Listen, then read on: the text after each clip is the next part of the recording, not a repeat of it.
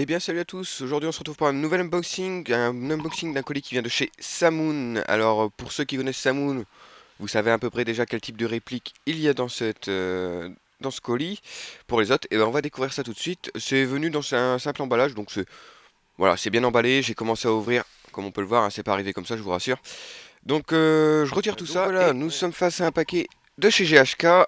Donc là encore une fois, ceux qui connaissent plus ou moins la marque sont plus ou moins au courant de ce qu'il y a dedans. En tout cas du type de réplique qu'il y a dedans. Alors vous allez voir. Ah, enfin vous allez voir. Si je réussis à retirer la réplique, ce qui n'est pas donné. Ah, c'est une réplique tellement rare. Ah, vous n'en avez jamais vu avant. Et vous ne risquez pas de l'avoir parce que je galère comme pas permis. Alors. Ah ça y est, ça va. Attention. Mais quelle est cette réplique tellement rare qu'on ne voit. Ok. Alors par contre déjà, très mauvais point. C'est du polystyrène. Ça casse les couilles. Ça faisait longtemps que j'avais pas eu un colis protégé par du polystyrène. Et franchement, ça me manquait pas. Et la réplique qu'on ne voit donc jamais sur les terrains, tadam, c'est un M4. Alors bien sûr, hein, c'est du second degré. Là, je vous vois tout de suite venir les monsieur premier degré. Oh non, mais mon pote il a M4, c'est pas si rare que ça. Ouais, ouais, je sais. Hein, c'est un peu le but de la blague, c'est que tout le monde a déjà utilisé un M4. Voilà, donc M4 de chez GHK, donc GBBR bien évidemment. Alors pourquoi j'ai... Oh oui, alors ça j'en avais entendu parler. La réplique est apparemment constituée beaucoup d'acier, mais est très légère.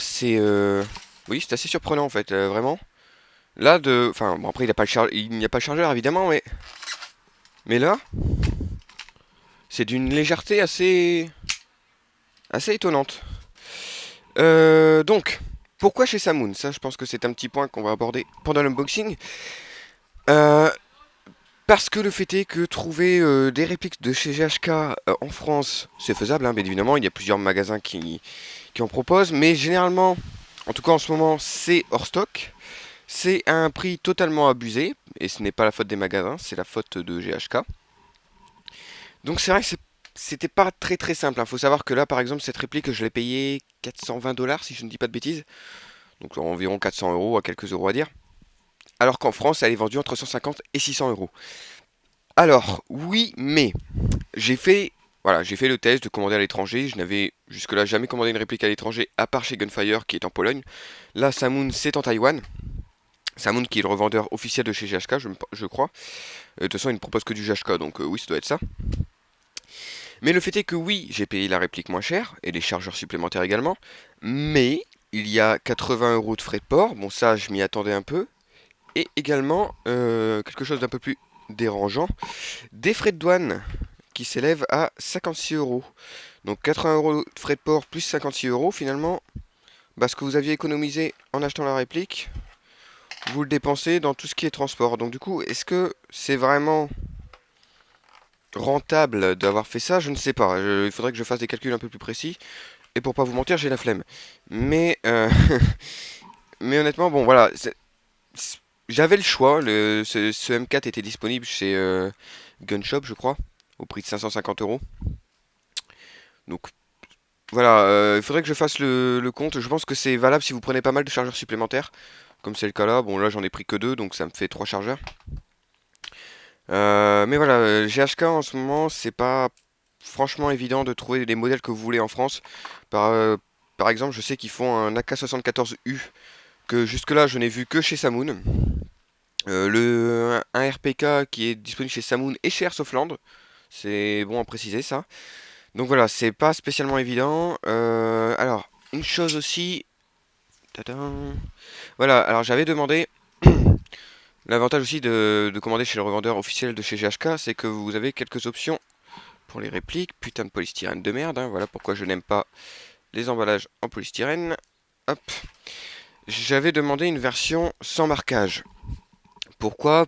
Parce que cette réplique est destinée à aller chez l'Airsoft et en faire un custom. Le fait est que j'ai été contacté par le service de chez Samoon. Alors, Samoon, service qui parle très bien anglais, hein, malgré que ça soit situé en Taïwan. Je précise parce que c'est pas toujours le cas. Euh, voilà. Donc malheureusement, il n'y avait plus de version sans marquage. Donc bah, j'ai la version marquage avec... c'est les marquages Navy Seal, donc ils sont pas moches du tout. Ils sont plutôt réalistes, donc c'est pas un mal finalement. Et j'ai été... On m'a quand même demandé mon avis, donc si je ne voulais pas, j'avais tout à fait moyen de dire non. Ma chambre est couverte de polystyrène, bordel. Donc voilà, voilà, c'est un peu dommage pour moi, mais bon, finalement, le marquage est de bonne facture. Je sais pas si on le verra très bien. Voilà, on peut le voir ici. C'est gravé, c'est réaliste, il n'y a pas de... Enfin, c'est réaliste. Je ne connais pas les vrais marquages de M4, mais disons qu'on échappe au 6 mm BB. Ouais, voilà, il y a aucun marquage qui ramène à l'airsoft, donc ça va. Les chargeurs, donc dont la valve se trouve non pas à l'arrière comme ceux des WE, mais ici, est vachement lourd. Je pense que c'est lui qui va faire une partie du poids de la réplique. On va l'enclencher tout de suite. Chargeur de 45 coups. Alors attendez, on va tout de suite virer ça parce que déjà c'est du polystyrène et c'est moche.